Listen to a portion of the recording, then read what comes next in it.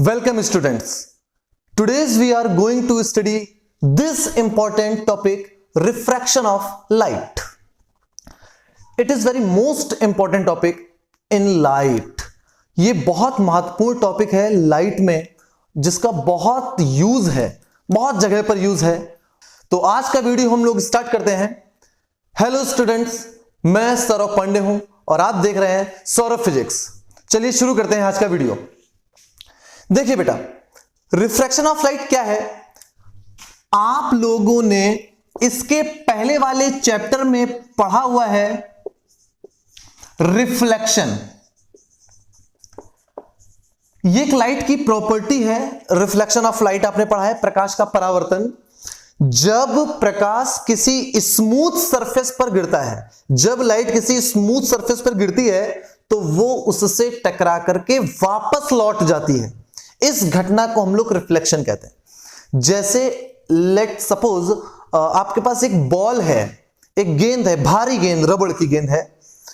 अगर उस गेंद को हम लोग एक फर्श पर छोड़ते हैं तो जैसे ही उस बॉल को आप फर्श पर छोड़ेंगे, वो बॉल फर्श से टकराएगी और टकरा करके वो वापस लौटेगी। तो लाइट का भी इसी तरह से होगा कि लाइट जाएगी, किसी सरफेस से टकराएगी और टकरा करके वो वापस लौटेगी।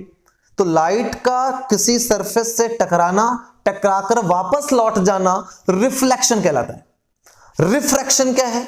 लाइट का किसी सरफेस से टकराना और टकरा करके वापस लौटना नहीं, उसके अंदर ही चले जाना, यह है हमारा रिफ्रैक्शन। जैसे आपके पास बॉल है, अब नीचे फर्श नहीं है, नीचे मान लीजिए पानी भरा हुआ है कहीं पर, और आपने उस पानी से भरे टब में बॉल को छोड़ा।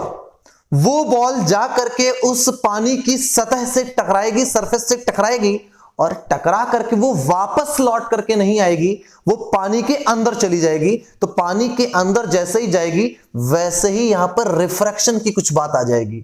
तो मेजर डिफरेंस है रिफ्लेक्शन और रिफ्रैक्शन में क्या, कि रिफ्लेक्शन में लाइट किसी सरफेस से टकराती है और टकरा करके वापस लौटती है, लेकिन रिफ्रैक्शन में लाइट किसी सरफेस से टकराती है और टकरा करके वापस नहीं लौटती, उसके अंदर चली जाती है और उसके बाद शुरू होता है रिफ्रैक्शन। उसके बाद क्या शुरू होता है? देखिए, लाइट की एक बेसिक प्रॉपर्टी है कि लाइट स्ट्रेट लाइन पर चलती है समान स्तर पर। जब क्लास 12th पर आप जाएंगे तो क्लास 12th में एक टॉपिक आएगा लाइट में ही, वेव ऑप्टिक्स, तरंग प्रकाशिकी। वहां पर आपको बताया जाएगा कि लाइट सीधी की बजाय घूम करके भी चल सकती है, लाइट मुड़ भी जाती है। लेकिन वो टॉपिक अभी हमारे यहां पर समझना नहीं है, हमारे सिलेबस में नहीं है वो। तो अभी आप यही मानेंगे, वो तो बात की बातें छोड़ते हैं उनको, अभी यही मानते हैं कि लाइट स्ट्रेट लाइन पर चलती है। तो जब लाइट, जैसे मान लेते हैं पानी है, ये पानी से भरा हुआ टब है, तालाब है, जो मान सकते हैं। जब लाइट किसी सरफेस पर गिरती है और लाइट दूसरे मीडियम में जा सकती है, दूसरे मीडियम में जाने के लिए अलाउ है यहां पर, तो लाइट को सीधे निकलना चाहिए, क्योंकि लाइट की बेसिक प्रॉपर्टी है स्ट्रेट लाइन पर चलना। लाइट स्ट्रेट लाइन पर चलती है। लेकिन जब लाइट का मीडियम चेंज होता है तो बेटा ये लाइट सीधे तो चलती है, लेकिन अपने इस पथ से भटक जाती है, अपने इस रास्ते से डेविएट हो जाती है और वो मुड़ जाती है कुछ इस तरीके से। लाइट का ये मुड़ने की जो प्रक्रिया है, इसी प्रक्रिया को एक्चुअली में हम लोग बोलते हैं रिफ्रैक्शन ऑफ लाइट। जब लाइट एक मीडियम से दूसरे मीडियम में जाती है तो वो अपने पाथ से विचलित हो जाती है, डेविएट हो जाती है, जिस घटना को हम रिफ्रैक्शन कहते हैं। Bending of light when it passes from one medium to another medium is called refraction of light. बहुत सिंपल सी बात हो गई कि लाइट एक मीडियम से चल करके आएगी और दूसरे मीडियम में जैसे ही वो इंटर होगी तो वहां पर लाइट का रास्ता चेंज हो जाएगा, थोड़ा सा लाइट अपने रास्ते से मुड़ जाएगी। इस घटना को हम लोग रिफ्रैक्शन कहेंगे। यहां पर सबसे अहम रोल जो प्ले करता है, जो सबसे महत्वपूर्ण भूमिका निभाता है, वो है माध्यम। पूरे रिफ्रैक्शन में सबसे महत्वपूर्ण चीज है मीडियम, कि किस मीडियम में लाइट कितना मुड़ेगी, किधर मुड़ेगी, कि लाइट का जो ओरिजिनल पाथ होना चाहिए था वो ये होना चाहिए था, लेकिन लाइट नीचे मुड़ गई, लाइट ऊपर भी तो मुड़ सकती थी। तो यहां पर दोनों प्रक्रियाएं पॉसिबल हैं, नीचे भी जा सकती है, ऊपर भी जा सकती है, वो डिपेंड करता है मीडियम पर। तो कैसे डिपेंड करता है मीडियम पर, इसके विषय में हमको थोड़ी चर्चा करनी पड़ेगी कि मीडियम कैसे होते हैं, किस मीडियम में नीचे जाएगी, किस मीडियम में ऊपर जाएगी। तो रिफ्रैक्शन ऑफ लाइट में आगे बढ़ने से पहले हमको यहां पर मीडियम को समझना होगा। देखिए बच्चों, यहां पर जो मीडियम है वो दो तरह के होंगे। मीडियम दो तरह के हैं। पहले टाइप का जो मीडियम है उसको बोलते हैं हम लोग विरल माध्यम।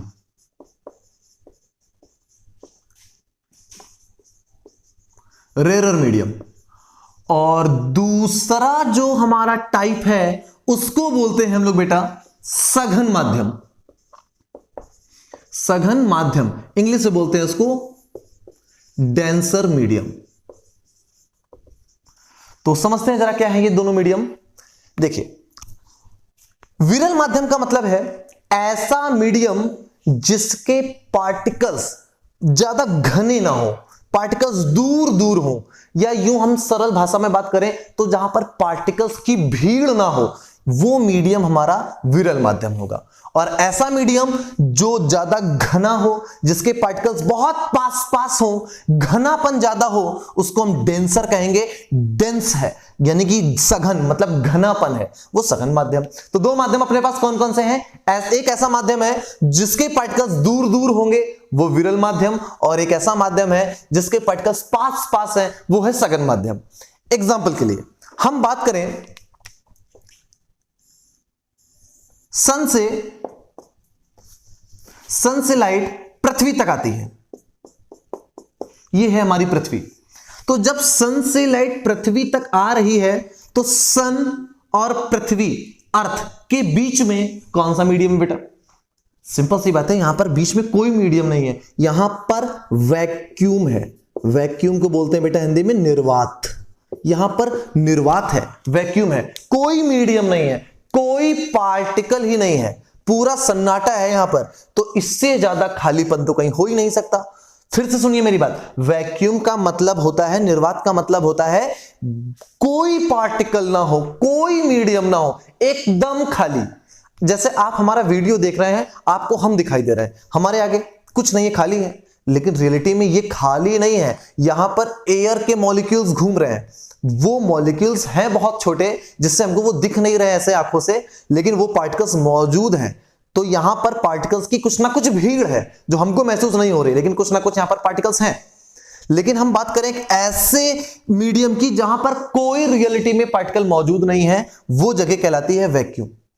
ये लाइट वैक्यूम से चल करके आती है, जैसे ही अर्थ के सरफेस के समीप पहुंचती है, अर्थ के सरफेस के पास पहुंचेगी, तो यहां पर आएगा अर्थ का एटमॉस्फेयर, पृथ्वी का वायुमंडल आ जाएगा। तो ये अर्थ हो गई, लाइट सन से आ रही थी, तो जैसे ही लाइट अर्थ के एटमॉस्फेयर में प्रवेश करेगी, इंटर करेगी, तो यहां पर मीडियम चेंज हुआ। क्योंकि लाइट पहले वैक्यूम से चल करके आ रही थी, वैक्यूम पे कोई पार्टिकल मौजूद नहीं है, एकदम खाली है।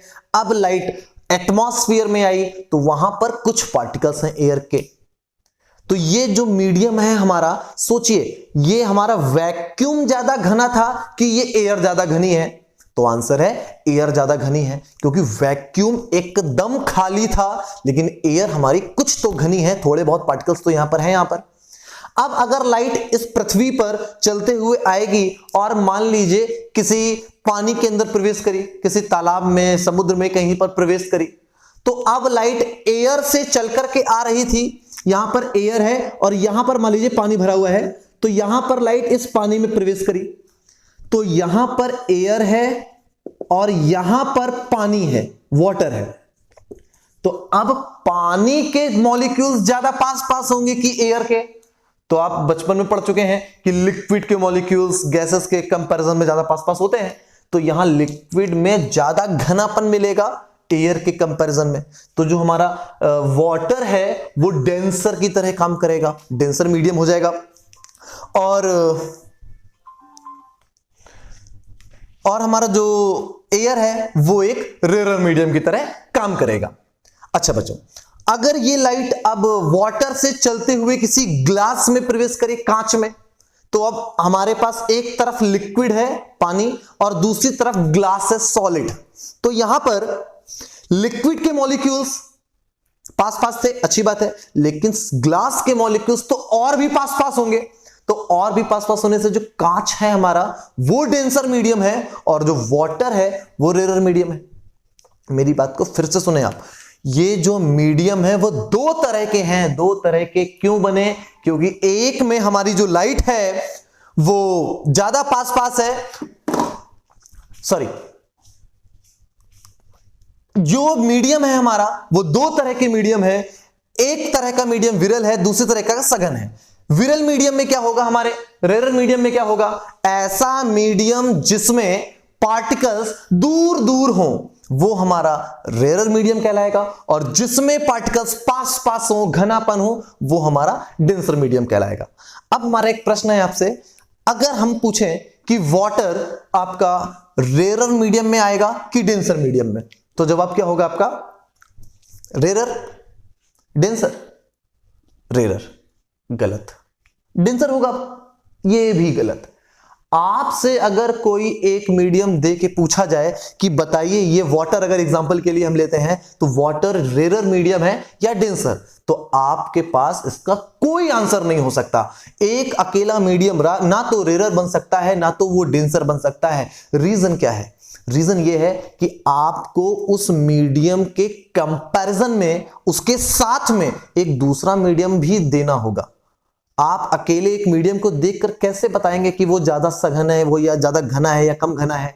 रीजन उसका ये है, अगर लाइट एयर से चल करके आ रही थी और पानी में प्रवेश करती है, तो जब एयर से चल के आई और पानी में गई, तो यहां पर आप समझ जाएंगे कि एयर है और आपके पास वाटर है। तो एयर के मॉलिक्यूल्स दूर दूर है और वाटर के मॉलिक्यूल्स पास पास है। तो एयर हमारी बन गई रेयर मीडियम और वाटर बन गया मेरा डेंसर मीडियम। समझ में आ रही है बात? अब अगर वही लाइट ग्लास से चल करके आ रही है और वाटर में प्रवेश करती है, तो अब आपके पास एक तरफ ग्लास है और एक तरफ वाटर है। तो ग्लास से जब चल के आई तो ग्लास के मॉलिक्यूल्स तो बहुत पास पास थे, सॉलिड है वो। अब जब वाटर में गई तो वाटर के मॉलिक्यूल्स भी पास पास हैं, लेकिन कांच के कंपैरिजन में, ग्लास के कंपैरिजन में तो वो दूर दूर ही रहेंगे, वो कम घना होगा लिक्विड। तो यहां पर अब हमारा वाटर रेयर मीडियम बन गया। तो सोचिए, वाटर जो है एयर के साथ अगर देखेंगे तो वो डेंसर की तरह काम करेगा, घना ज्यादा होगा, लेकिन अगर उसके साथ में आप कांच ले लोगे तो वो रेयर की तरह काम करेगा। तो यहां से एक बात हमको समझ में ये आनी चाहिए कि कोई भी मीडियम रेयर और डेंसर तभी हो सकता है जब उसके हमको सामने पता हो मीडियम कौन सा लिया गया है।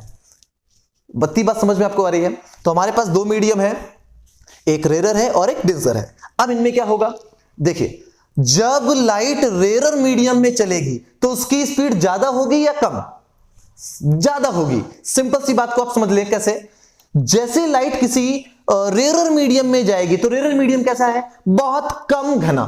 डेंसर वाला ज्यादा घना होता है, ये कम घना होता है। तो जब लाइट इस मीडियम में जाएगी तो पार्टिकल्स दूर दूर है, लाइट दूर से आराम से चलती चली जाएगी, वहां पर भीड़ कम है। भीड़ भाड़ कम इलाकों में हम लोग भी आसानी से चल सकते हैं, वैसे ही लाइट भी आराम से चली जाती है, उसकी स्पीड में कोई कमी नहीं आएगी, कोई दिक्कत नहीं, चलती रहेगी लाइट। लेकिन जब लाइट किसी डेंसर मीडियम में जाएगी, वहां घनापन ज्यादा है, पार्टिकल्स की भीड़ ज्यादा है, लाइट उतनी रफ्तार से दौड़ ही नहीं पाएगी, उसकी स्पीड कुछ कम हो जाएगी। जैसे हमको अगर एक खाली रोड दे दी जाए तो हम लोग बहुत रफ्तार से दौड़ सकते हैं, लेकिन अगर हमको एक भीड़ भाड़ वाली रोड पर छोड़ दिया जाए तो उस भीड़ भाड़ वाली रोड पर हम उतनी रफ्तार से नहीं चल सकते, हमको रफ्तार धीमी करनी पड़ेगी। यही लाइट भी करती है। जब लाइट किसी कम घने वाले मीडियम में चलती है तो उसकी स्पीड ज्यादा होती है, और जब ज्यादा घने मीडियम में चलती है तो उसकी स्पीड थोड़ी सी कम हो जाती है। और यही एकमात्र वजह बनती है रिफ्रैक्शन ऑफ लाइट की, कि जब लाइट एक मीडियम से दूसरे मीडियम में जाती है तो वो अपने रास्ते से थोड़ा सा भटक जाती है। तो एक्चुअली में ऐसा होता क्यों है? एक्चुअली में होने की वजह है ये स्पीड ऑफ लाइट का चेंज होना।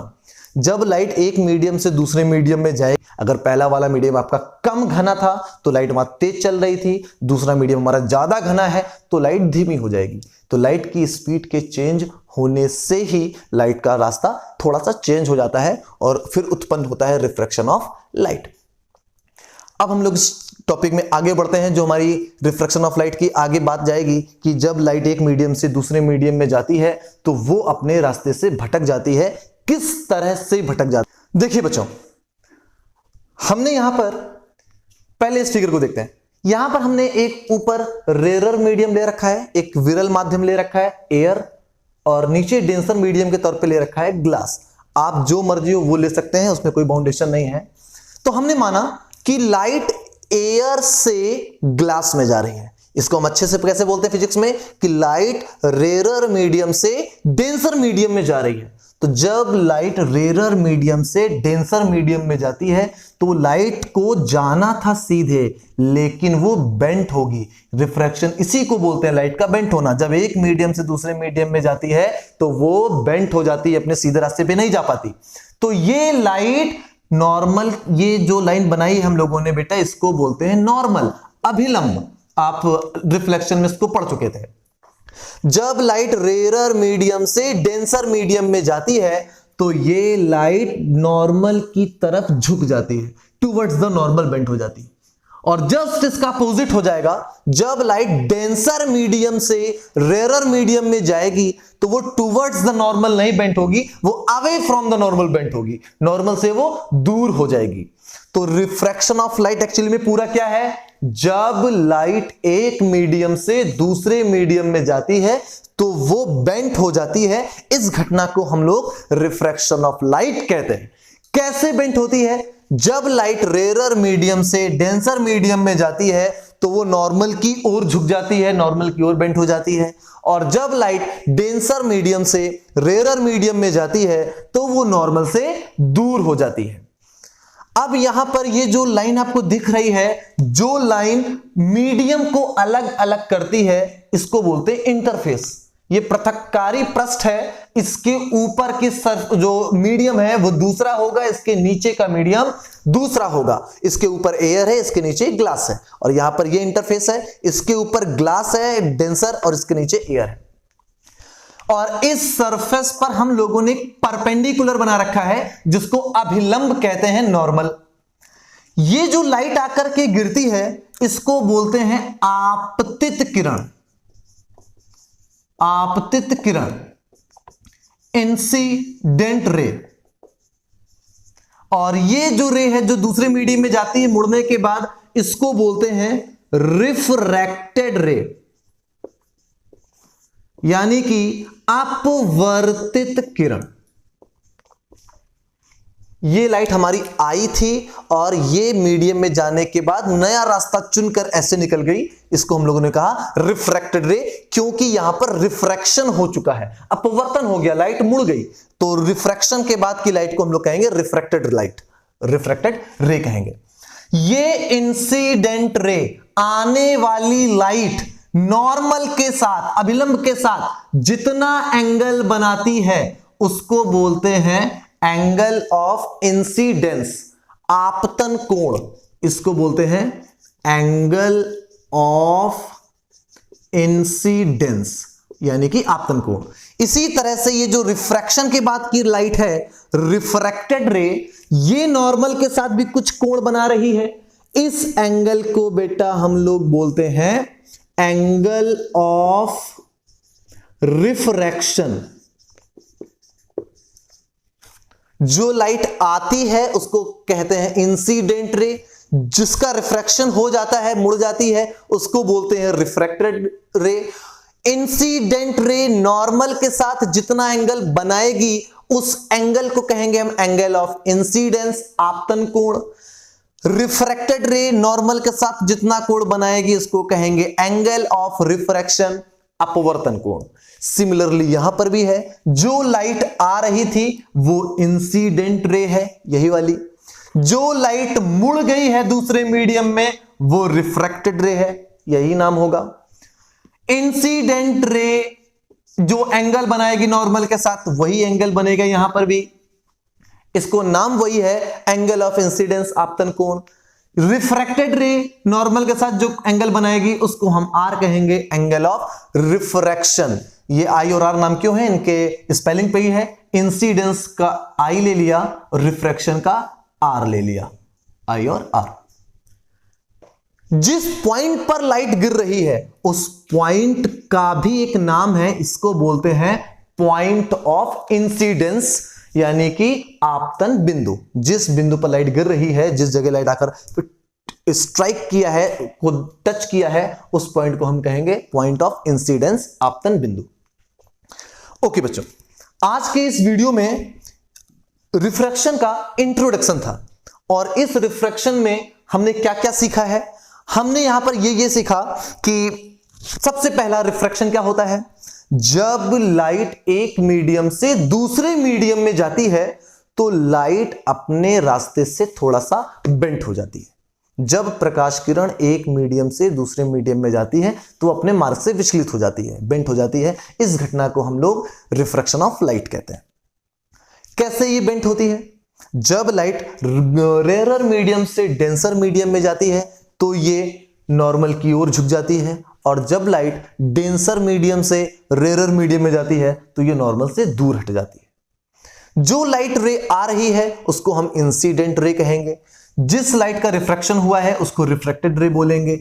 इंसिडेंट रे नॉर्मल के साथ जो एंगल बनाएगी उसको एंगल ऑफ इंसिडेंस कहेंगे। रिफ्रैक्टेड रे नॉर्मल के साथ जो एंगल बनाएगा उसको हम एंगल ऑफ रिफ्रैक्शन कहेंगे। और जिस पॉइंट पर लाइट गिर रही है उसको पॉइंट ऑफ इंसिडेंस कहा जाता है, आपतन बिंदु कहा जाता है। लिख सकते हैं आप अपने आप से इसको। और इसके साथ में हमने एक बात और बताई कि हमारे जो मीडियम होते हैं एक्चुअली में वो दो तरह के हैं। एक हमारा जो मीडियम होता है वो कम घना होता है, पार्टिकल्स दूर दूर होते हैं, वो हमारा रेयरर मीडियम होता है, विरल माध्यम होता है। और दूसरा वो माध्यम जो ज्यादा घना होता है उसको हम बोलते हैं डेंसर मीडियम, जैसे ग्लास एयर के साथ अगर लेंगे। और एक अकेला मीडियम ना तो रेयर हो सकता है, रेयर हो सकता है, और ना ही डेंसर हो सकता है। उस मीडियम के साथ में आपको दूसरा मीडियम दिया जाना चाहिए। दोनों मीडियमों को देखेंगे और फिर हम डिसाइड करेंगे कौन सा रेयर है और कौन सा डेंसर है। उन दोनों में तुलना कराएंगे कि किसके पार्टिकल पास पास है वो डेंसर, किसके पार्टिकल दूर दूर है वो होगा रेयर। अकेला कोई मीडियम रेयर या डेंसर नहीं बन सकता। नेक्स्ट वीडियो में हम लोग बात करेंगे इस रिफ्रैक्शन के कुछ लॉज हैं। पूरे रिफ्रैक्शन की प्रक्रिया में एक आध नियम है जो हमको पढ़ने हैं, वो हमेशा काम करते हैं। यहां पर उन नियमों को पढ़ेंगे जिसको बोलते हैं लॉज ऑफ रिफ्रैक्शन। जैसे आपने रिफ्लेक्शन में भी पढ़े थे लॉज ऑफ रिफ्लेक्शन, वहां पर दो थे, यहां पर भी दो हैं। बहुत इंपॉर्टेंट है एग्जाम के पॉइंट ऑफ व्यू से। इनको हम नेक्स्ट वीडियो में देखते हैं। ओके बच्चों, थैंक यू।